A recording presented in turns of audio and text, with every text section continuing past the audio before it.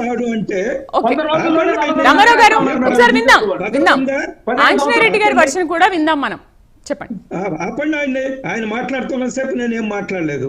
ఆయన మాకు భాష నేర్పించే ముందు నా రిక్వెస్ట్ ఏంటంటే జగన్మోహన్ రెడ్డి గారికి భాష నేర్పించమంటుండే. ఈ భాష పండితుండే, మాకు భాష అక్కర్లేదు. జగన్మోహన్ రెడ్డి గారి భాషా పరిజ్ఞానం ఏమిటో మనం రోజు చూస్తున్నాం. ఒకటి. రెండోది, వారు చెప్తారు competition commission of India clean chit ఇచ్చిందని. క్లీన్ చిట్ ఇవ్వడం ఏమిటి అంటే అది ఏమైనా దర్యాప్తు సంస్థ? దర్యాప్తు చేసి లిక్కర్ స్కామ్ జరగలేదని క్లీన్ చిట్ ఇచ్చారా మీకు? ఏం మాట్లాడతారు మీరు వచ్చి లైవ్ అబద్ధాలు? కాంపిటీషన్ కమిషన్ ఆఫ్ ఇండియా మీరు పెట్టిన పాలసీని చూసి పారదర్శకంగానే ఉందని చెప్పారు, కానీ మీరు చేసే మోసాల తర్వాత తెలియదు కదా. దాన్ని అడ్డం పెట్టుకొని మీరు ఏ విధంగా చేశారనేది అన్ని దర్యాప్తుల్లో తేలిపోతుంది కదా. ఒకటి. రెండోది, విజయసాయి రెడ్డి గారు చాలా స్పష్టంగా చెప్పారు, దీనికి కర్త కర్మ క్రియ మిథున్ రెడ్డి గారు. మేమంతా కూర్చొని హైదరాబాద్ మా ఇంట్లో కూర్చొని దీని పాలసీ తయారు చేశాము. కేసీ రెడ్డి గారు ఉన్నారు, మిథున్ రెడ్డి గారు ఉన్నారు, వాళ్ళకి 100 కోట్లు అప్పిచ్చాను నేను వడ్డీకి, మధ్యలో ఏదో వడ్డీ కూడా కట్టలేదని కూడా చెప్పారు. కాబట్టి ఆయన చాలా స్పష్టంగా చెప్పారు నాకేం సంబంధం లేదని. చాలా స్పష్టంగా చెప్పారు మిథున్ రెడ్డి గారు కర్త కర్మ క్రియ అని.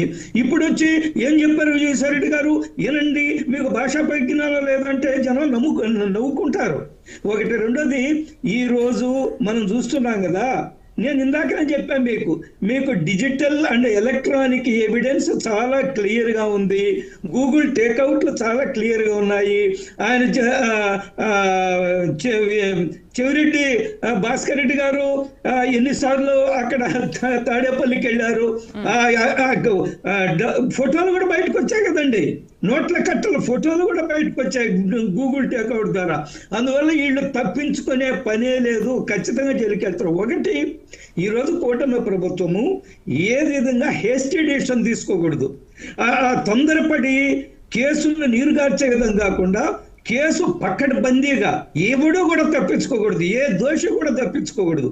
చట్టంలో ఉండే లొసుగులను అడ్డం పెట్టుకుని తప్పించుకునే అవకాశం లేకుండా పకడ్బందీగా దర్యాప్తు జరిపి ఎక్కడికి ఎంత లోతుకైనా పోయి సాక్ష్యాలు సేకరించి జైలుకు పంపించాలా. భవిష్యత్తులో ఇటువంటిది జరగకూడదు. ఎంత దుర్మార్గం అండి.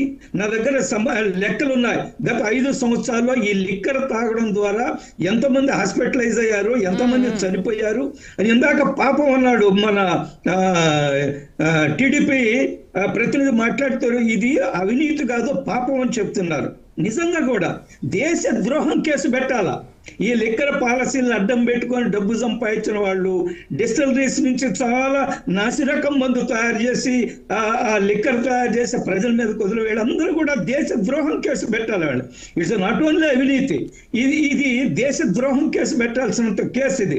భవిష్యత్తులో ఎవడు కూడా ఇంత దుర్మార్గం చేయకూడదనే విధంగా కూటమి ప్రభుత్వము ఈ తప్పుడు పనులు చేసిన వాళ్ళకి గుండెపాఠం నేర్పే విధంగా అన్ని పకడ్బందీగా తయారు చేస్తున్నారు. చట్టాల్లో ఉండే లొసుగులు పెట్టుకొని తప్పించుకోకుండా చూసేదానికి ఈరోజు చాలా లోతైన విచారణ జరుగుతుంది. విచారణలో ఎవడు తప్పించుకోలేడు. నేను ముందే చెప్పాను, ఈ ఎలక్ట్రానిక్ అండ్ డిజిటల్ యుగంలో నో బడి ఎవరు కూడా తప్పించుకోలేరు. చట్టము చేతులు చాలా పొడుగు చట్టానికి.